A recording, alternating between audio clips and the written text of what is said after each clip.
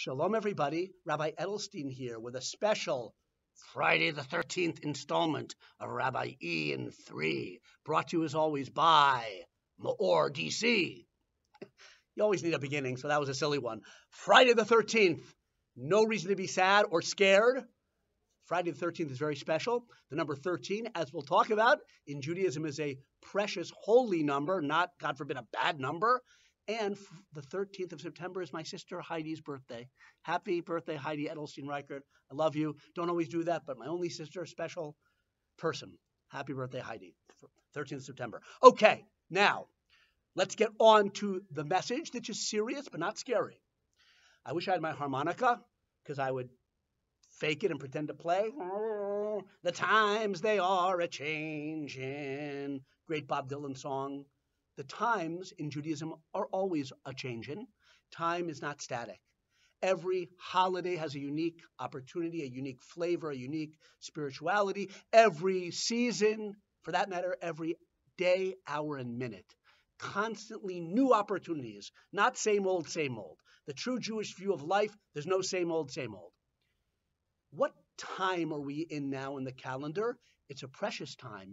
Precious time before Rosh Hashanah, the new year, the head of the year, Yom Hadin, the day of judgment, the day when God, so to speak, pushes the spiritual reset button on the whole universe and cosmos, and each one of us, a day of judgment, Yom Hadin. We look at ourselves, God looks at us. Days of awe, Rosh Hashanah leading to Yom Kippur, 10 special days. Well, that's 2.5 weeks away. What are we doing now? But no, because God gave us a precious gift called Elul. In Jewish tradition, the month before Rosh Hashanah, known as Elul, has always been seen as a time of spiritual preparation for the days of awe. So how do we prepare for Rosh Hashanah? We should at least be conscious of, the overall task, if you will, of this season. The task of doing what? ... The month before, and especially from Rosh Hashanah to Yom Kippur, which are known as 10 days of what? ... Teshuva. Often mistranslated as repentance. Repentance in the sense of being sorry for what we've done wrong is one part of the bigger process called Teshuva. We, as individuals, as a Jewish people, return. We return to greater adherence to the Torah and its guidelines. We return to God who gave the Torah. We return to our deepest and purest and most beautiful selves. All of those are true. We return, hopefully, this is the task and the challenge, we return to a more of an emphasis in our lives on what's big and important and eternal, and not to get submerged in the small and the ephemeral and the trivial.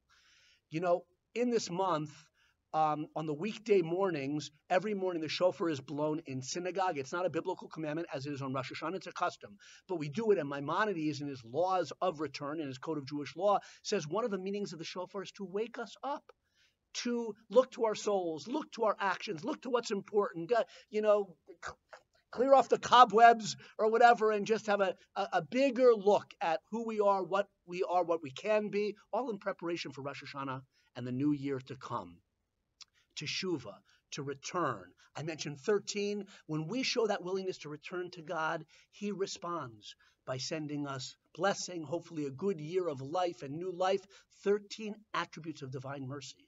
So our Teshuva leads to God's compassion. God willing, have a wonderful Shabbos.